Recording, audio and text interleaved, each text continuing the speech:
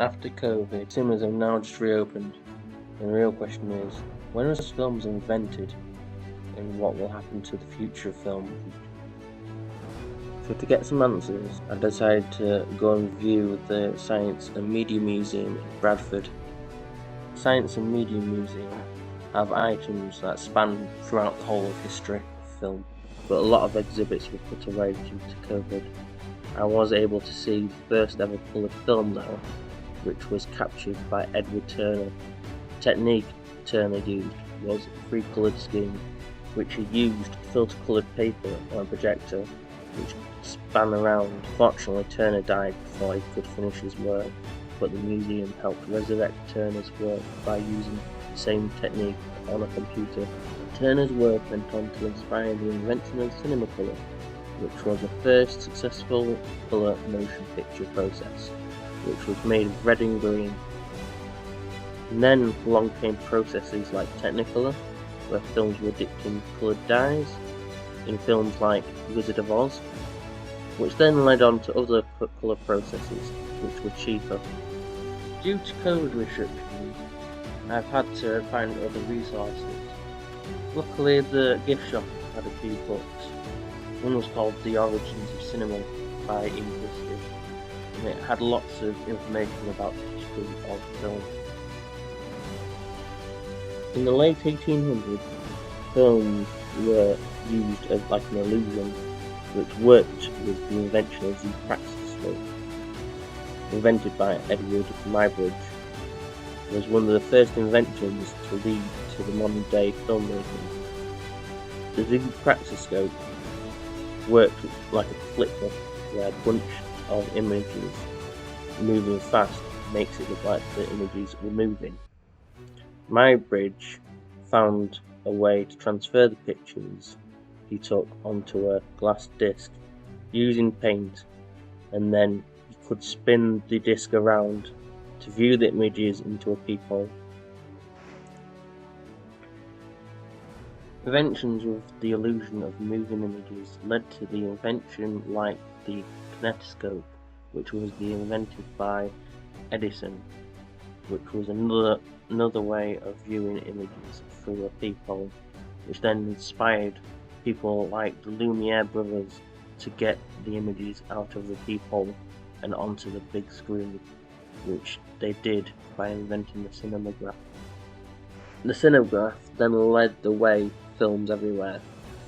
In 1895, where the cinematograph made its first ever film.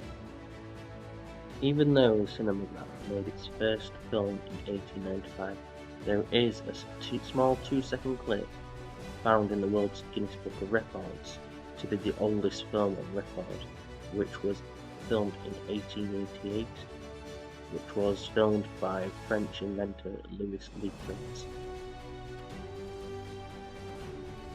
I then got in touch with one of my old friends and acting coach, Matt Zena, who knows a lot about history of film, and asked him what he thinks of film and where it will go in the future.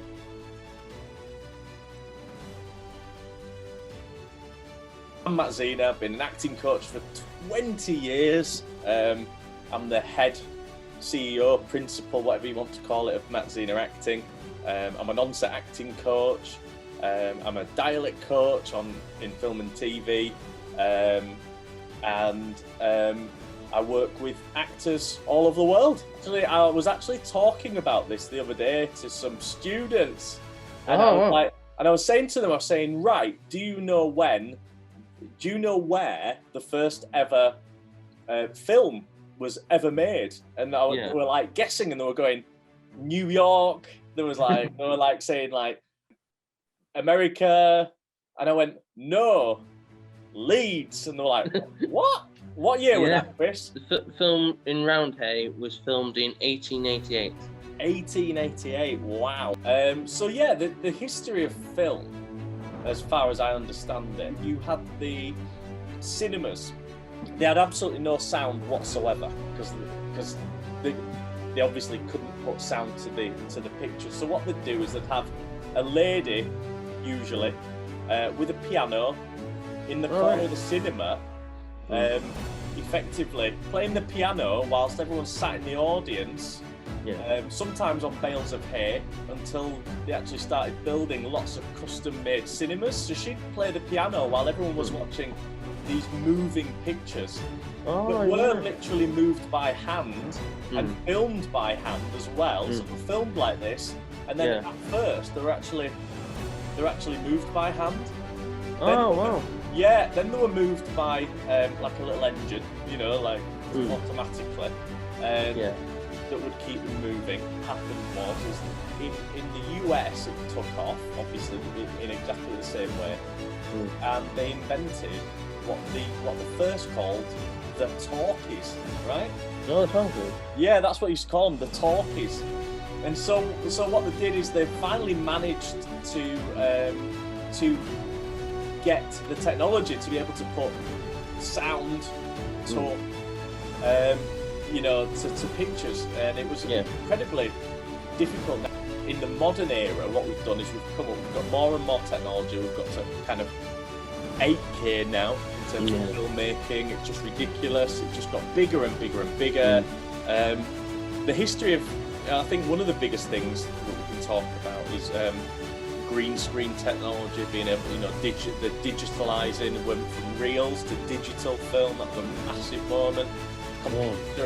Computer animation being kind of involved with live action. That's a massive thing, and actually in a way changing the whole landscape of filmmaking. With regards to where you need to be, you can have a feature in the foreground and then just a load of green screen behind, and you can put that feature as if it's anywhere in the world or out of this world. It's amazing. And in a way, it's a lot of money, doesn't it?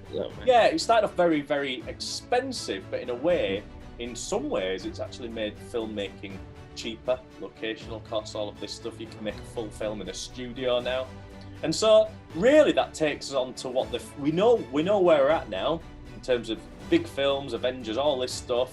We know how it works. We know how but what that takes on is into the future. Now, I'll be honest.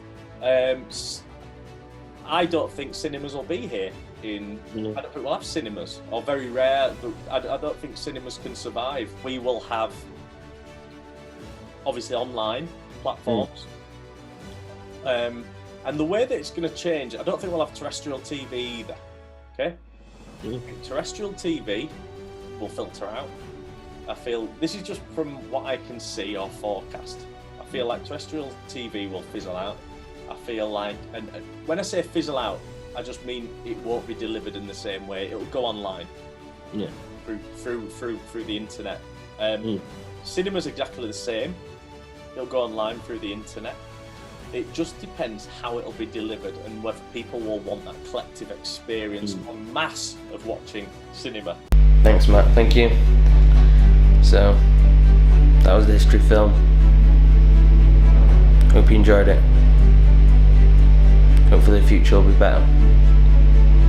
My name's Chris Rhodes, and this is the history film.